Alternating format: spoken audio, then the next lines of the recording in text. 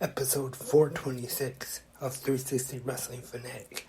I will be talking all about tonight's episode of WWE Monday Night RAW, who accepted the open challenge from World Heavyweight Champion Seth freaking Rollins, or was the challenge accepted? Right here, right now, 360 Wrestling Fanatic.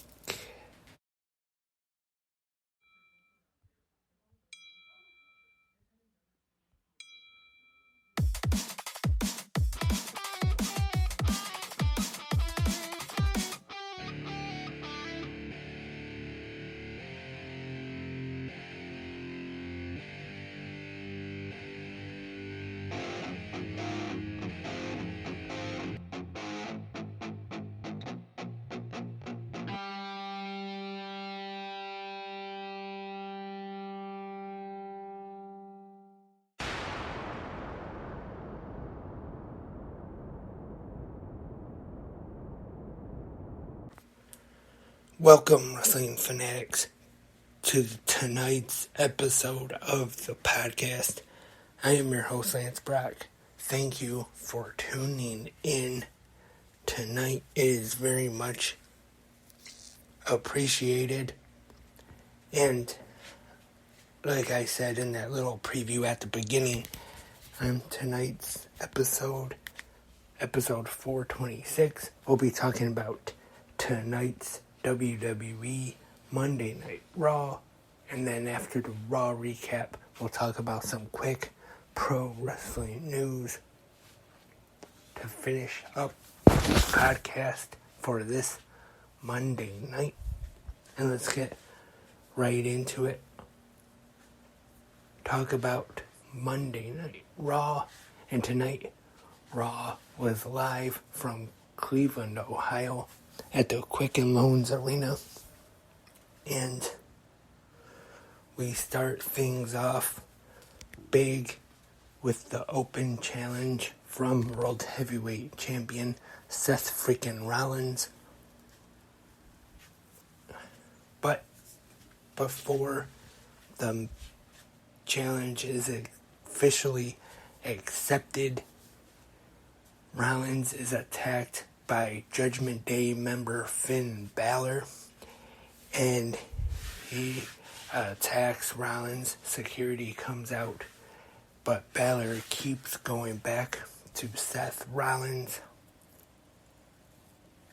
And then in the back, once more,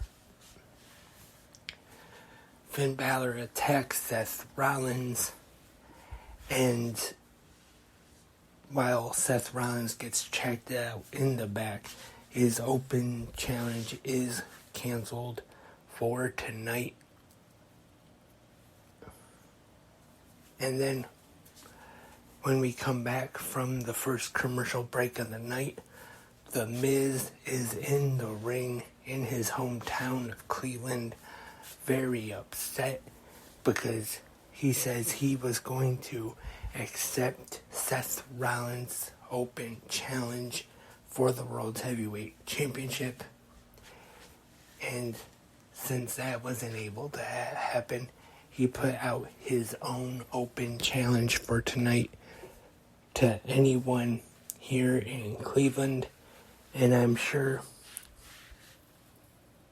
if you saw the news that was on all the news sites today, it was probably no surprise about this superstar being on Raw tonight, and it was the return of Tommaso Ciampa, who one time was actually associated with The Miz, where The Miz was supposed to be kind of like a mentor to him, and Ciampa accepts The Miz's challenge, and I think they actually have a pretty good match here. It's been quite a while since we've seen Ciampa on WWE television.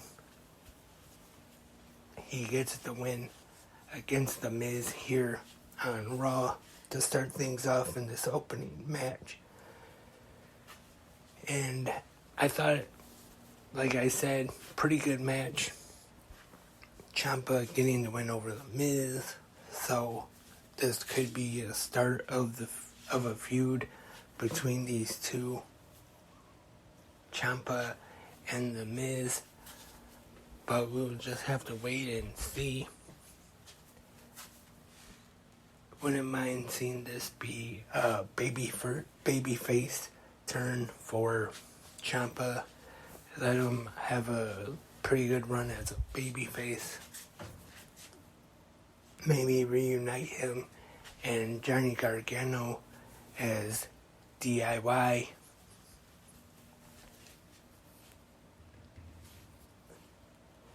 And in women's tag team action, Katana Chance and Kaden Carter defeat the team of Sonya Deville and Chelsea Green, which, not a bad match. But before this match started, there were some things I didn't really understand. We saw some highlights of that social media thing, or TikTok, or no, those are the mints. Whatever that one is called, that these young whippersnappers are using these days. I want to say TikTok, but I think I'm probably wrong. And for some reason, it's showing her complaining and doing these things, and it says Karen, even though her name isn't Karen. Her real name isn't Karen, and I don't remember a time in her career ever being named Karen, and other than Chelsea Green. There was a time in Impact when she was known as Laurel Van Ness, but never Karen. So I don't know why it kept saying things about Karen on the screen, whoever Karen is. And then Sangha and Veer with Jinder Mahal in their corner are in action against Cedric Alexander and Shelton Benjamin. And this one, I liked the way it got started off. These two monsters that have been destroying everybody in recent weeks on Raw. Shelton Benjamin and Cedric Alexander tried starting this match off, taking it right to Veer and Sangha, attacking them right off the bat. But it didn't help them get the win. Veer and Sangha are victorious in this match, defeating Shelton Benjamin and Cedric Alexander.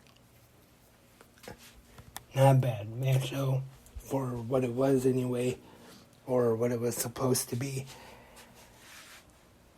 I don't know if I would say a squash match, but you know that it was definitely supposed to get Veer and Sangha over, just like they have been lately.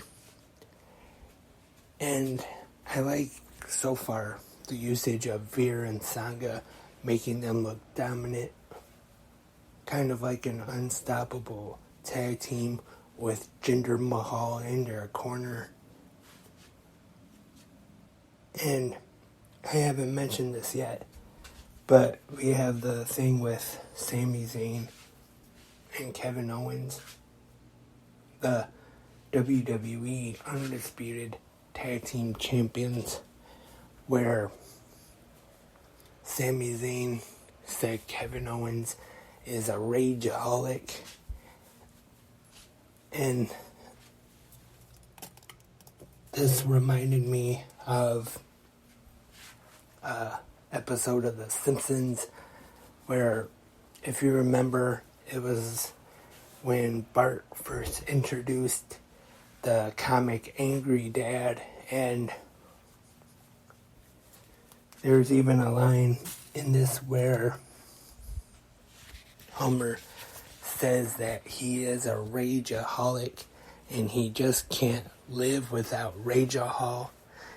That one kind of reminded me of that episode, this thing with Owens tonight.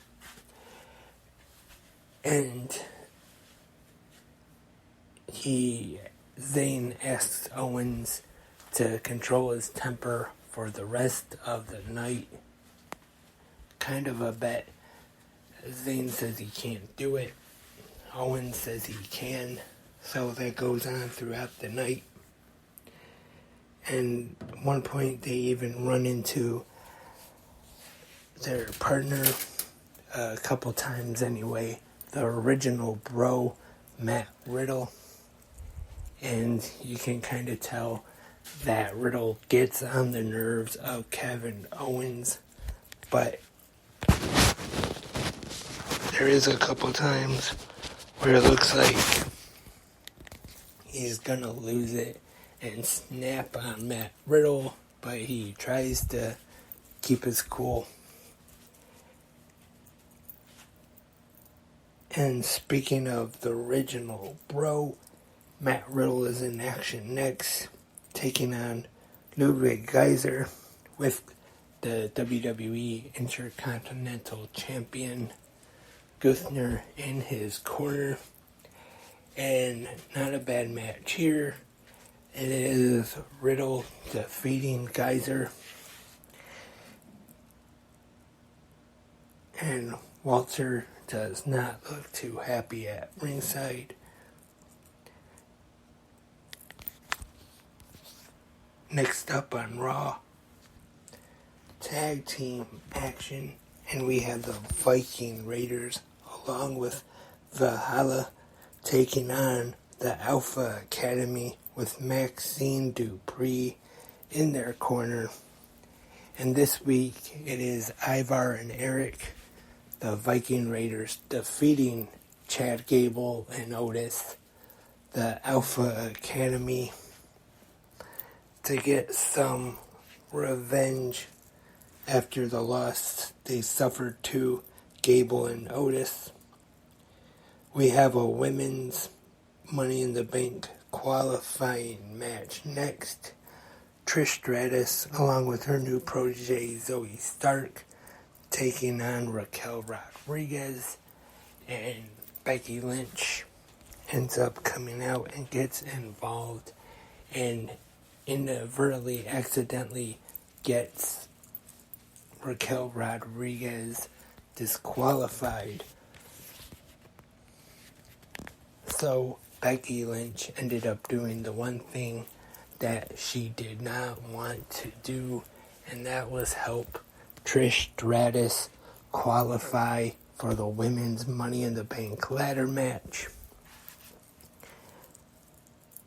Of course, Becky Lynch was not too happy about that.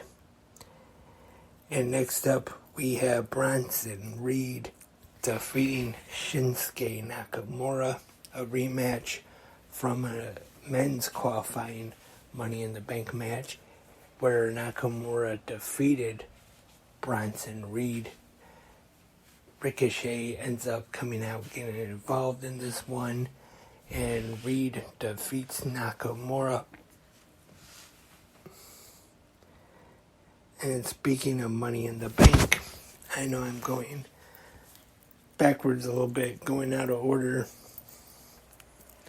And we get a segment featuring the men competitors in the men's Money in the Bank match.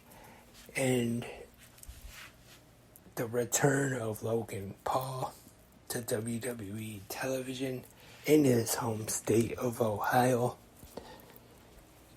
And he cuts a not bad promo here. And we find out that Logan will be competing in the men's Money in the Bank. And all the other competitors come out, get involved in this segment. Not bad. And I thought it was alright to set up a build for the Money in the Bank, and they end up getting into it, of course. And our main event of the evening, 6-man tag team match. The American Nightmare, Cody Rhodes, and the WWE Undisputed Tag Team Champions, Kevin Owens and Sami Zayn, take on the Judgment Day, Finn Balor, Damian Priest, and Dominic Mysterio, with Rhea Ripley in their corner. I thought this one was a pretty good match. Good main event this week on Raw. And Cody Rhodes, Owens, and Zayn get the win. Pretty good main event as we get ready for Money in the Bank July 1st in London. And we also got, during the night, some highlights from SmackDown last Friday with that great segment involving the Bloodline. And I talked about this on Good Morning Wrestling Fans this morning. It has been made official. At Money in the Bank, we will see the Bloodline Civil War is what WWE is building this match as. And it will be the WWE Undisputed Universal Champion for Roman Reigns and Solo Sikoa taking on the Usos. And if this match, the actual wrestling match I mean, is as good as the angle, the build for it has been, it'll be great. Because the stuff with starting back when Sami Zayn was a part of the Bloodline, and then him turning against Roman, and then them all attacking Sami and kicking him out of the Bloodline, and then since then it was been alright. And then now with Jimmy and Jay super kicking Roman out of the Bloodline, it has gotten even better now. And also this Friday on SmackDown, Roman Reigns will tie Pedro Morales, as I don't remember how many days exactly, as champion. And also, I saw earlier a post that WWE made about it'll be 3 years since Roman Reigns has been pinned, which has been brought up not too long ago, that the last superstar to pin Roman Reigns was actually Baron Corbin. And got that coming up on SmackDown. So that was tonight's episode of WWE Monday Night Raw. I thought that it wasn't too bad of an episode this week. Definitely worth watching. In my opinion anyway, it didn't drag, kind of get a little too, I don't know if I would say boring, but for the most part of it was a pretty good show tonight, which Raw as of late actually hasn't been too bad. But that was Raw for tonight. So let's get into a little bit of news at this time. And it was reported, or not reported, but what I should say is it was posted by him that Moose has re-signed with Impact Wrestling. And I just want to say, I think that this is definitely good for Impact. I've been a fan of Moose for quite a long time now. Back when he was in Ring of Honor, and then when he ended up going to Impact Wrestling, I thought he definitely has been impressive. I don't know if there was any interest from WWE or AEW to sign Moose away from Impact, or maybe if there was, maybe he chose not to stay with Impact. But I don't see why there wouldn't be any interest from either WWE or AEW for Moose. I know I wouldn't say he's really a young guy in the business anymore, but in my opinion, Moose would definitely be a great addition to any locker room and any roster of any pro wrestling company. So that is that. Moose re-signing with Impact Wrestling.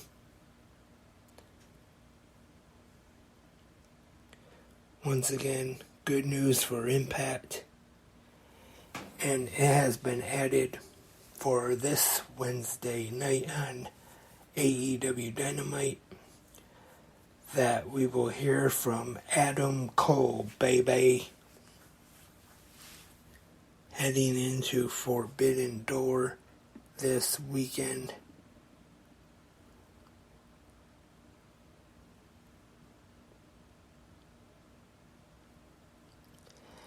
And I just want to tell everyone about that on YouTube, on the official YouTube channel for New Japan Pro Wrestling. They have released a documentary on Forbidden Door, and I watched it earlier today. I just want to say it is fantastic. It's free just on New Japan's YouTube channel,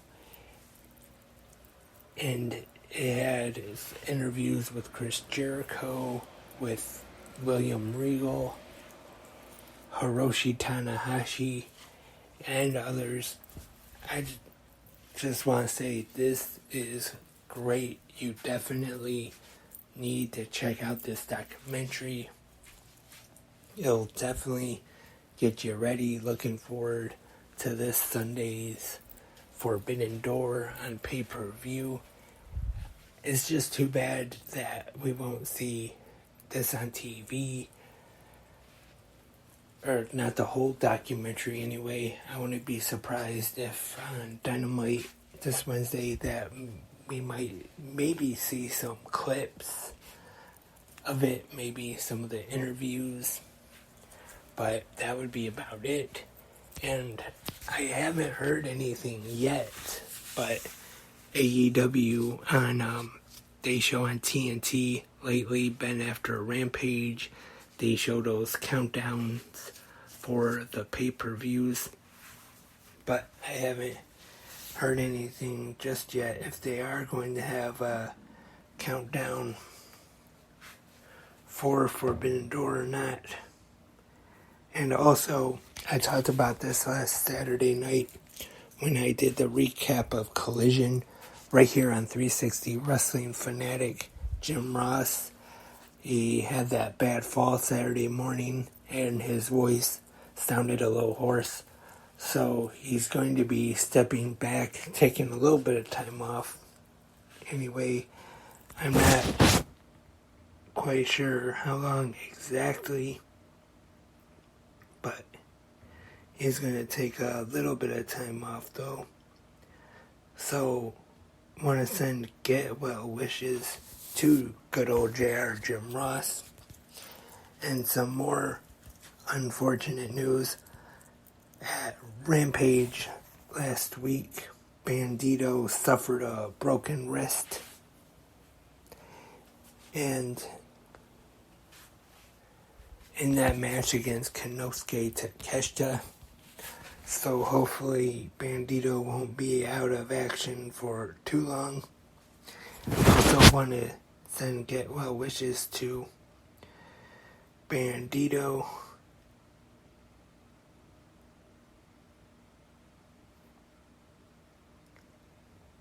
And